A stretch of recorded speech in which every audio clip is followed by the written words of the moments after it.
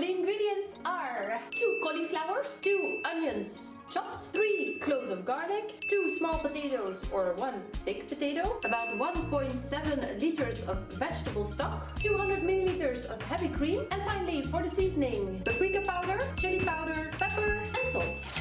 So first of all, we're going to cut up the cauliflower. We're just going to chop them up roughly. I don't want them to be too big because when I'm going to mix the soup, I want it to be easy and not like big chunks to mix. Also, it's okay if there are still like these big chunks of stem left because this is extra flavor, so don't chop that off. Now take a large pot and put it on the fire. Add some olive oil. And let the olive oil get hot. When the oil is hot, add the onion. Give it a little stir and let it sweat for about 2 minutes until the onions are glazy. Alright, now the onions are looking quite glazy. Now I'm going to add the garlic. So I'm just going to leave these as they are because in the end we're going to mix everything and they will be mixed as well. Next, we're going to add the cauliflower.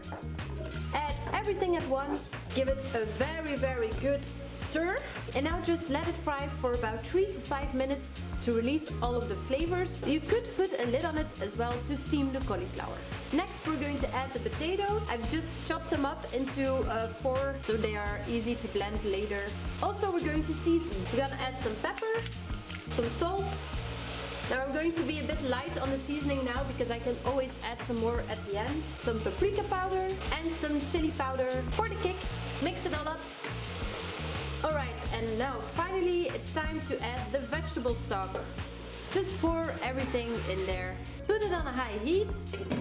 Put a lid on there and now bring it to the boil. Once it's boiling, lower the fire to medium. Now put a lid on it and play the waiting game. Alright, 20 minutes later and it's done. Turn off the fire and we can start blending. We're going to use a stick blender to mix it all up. Alright, so it's completely mixed. Now I think it's still a bit too thick and I'm just going to add some boiling water so that the consistency is a bit more watery. And there we go. I prefer this consistency. And next step is to add the cream and mix it all up. Alrighty, there we go. My soup is done. Now it's time to serve it up. And there we go.